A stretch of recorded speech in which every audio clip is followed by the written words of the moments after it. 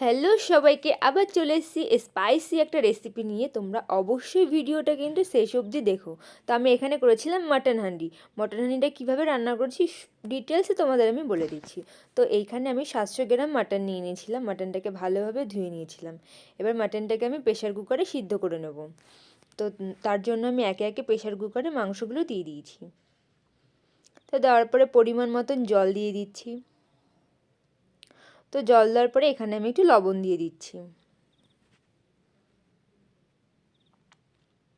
দেন লবণ দেওয়ার পরে এবার আমি প্রেশার কুকারের ঢাকনা আটকে কিন্তু আমি গুনে গুনে ঠিক 5টাই সিটি দিয়েছিলাম। তো 5টা সিটি দেওয়ার পরে কিন্তু আমার মাটনটার এই অবস্থাই হয়েছে। তো মাটনটা আমার প্রায় আধা বেদি সিদ্ধ হয়েছে। এবার আমি পরের প্রসেসে যাব। দেন এখানে আমি মাটির হাঁড়িটাকে কিন্তু আগের থেকেই গরম করে একটু তেল মাখিয়ে নিয়েছিলাম। দেন পরে আমি আবার বসিয়ে গরম করে নিয়েছিলাম। এবার মাটির হাঁড়িটা গরম হওয়ার পরে কিন্তু আমি এবার তেল দিয়ে দিচ্ছি। তো তেলটাকে ভালোভাবে গরম করে নিয়েছি, দেখতেই পাচ্ছ।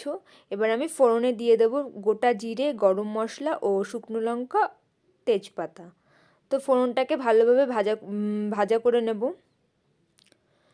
দেন এখানে আমি পেঁয়াজ দিয়ে দিচ্ছি। এখানে কিন্তু আমি মিডিয়াম সাইজের 5টা পেঁয়াজ কেটে নিয়েছিলাম। তো একে একে আমি পেঁয়াজগুলো সব দিয়ে দেবো।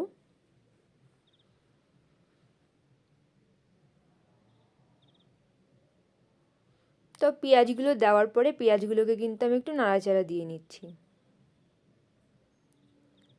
তো এবার আমি এখানে একটু অল্প করে লবণ দিয়ে দিচ্ছি।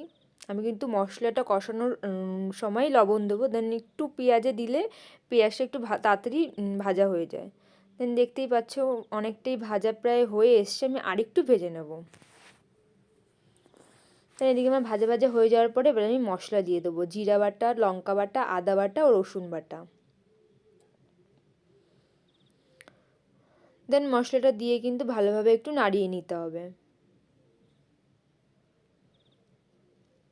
তো কিছুক্ষণ পরে আমি এখানে ধনের গুঁড়ো, লঙ্কার গুঁড়ো ও শুকনো লঙ্কার গুঁড়ো নিয়ে নিয়েছিলাম। তো দিয়ে আমি এখন ভালোভাবে নাড়িয়ে নিচ্ছি। এবার কিছুটা কষানোর পরে কিন্তু আমি এখানে লবণ দিয়ে দিচ্ছি। এখানে আমি অল্পই দিয়েছি, কারণ মাটনটা সিদ্ধ করার সময় লবণ দিয়েছিলাম ও পেঁয়াজটা ভাজার সময় লবণ দিয়ে দিয়েছিলাম, তাই আমি আমার পরিমাণ মতন দিয়ে নিয়েছিলাম। এখানে প্রায় অনেকটা কষানো হয়ে গেছে। এবার কিন্তু আমি মাটনটাকে দিয়ে দেবো। তো মাটনটা দিয়ে আমি ভালোভাবে নাড়িয়ে নিচ্ছিলাম। আর হ্যাঁ, আমার কিন্তু মাটির হাঁড়িটা একটু ছোট হয়ে গেছিলো, তো তাও আমি ঠিকঠাক করে নাড়িয়ে নিতে পারছিলাম। তাহলে এখানে কিন্তু ভালোভাবে কষিয়ে নিতে হবে। তো কিছুক্ষণ কষানোর পরে কিন্তু আমি এখানে টক দই দিয়ে দেবো। 1 বাটি টক দই দিয়ে দিচ্ছি। টক দইটা দেওয়ার পরে আবার ঠিক সেমভাবে নেড়ে দিচ্ছি। একটু ভালোভাবে নাড়তে হবে যাতে নিচে না লেগে যায়। দেন এখানে আমি প্রায় আধা ঘন্টার মতন কিন্তু ভালোভাবে কষিয়ে নিয়েছি। এবার কিন্তু আমি জল দিয়ে দিচ্ছি। আমি কিন্তু ওইখানে মাটন সিদ্ধ করার জলটাই দিয়ে দিচ্ছি।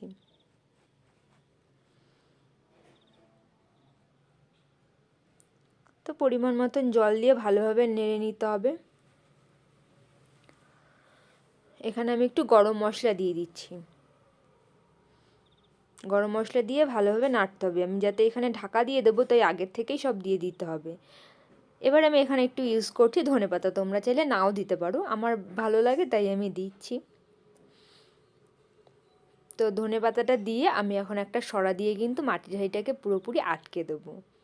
তো আরেকটু ভালোভাবে আটকাতে কিন্তু আমি এখানে আটা ইউজ করে নিচ্ছি। আটাটাকে কিন্তু ভালোভাবে ছেনে আমি এবার চারো সাইড দিয়ে কিন্তু সিল করে দিচ্ছি।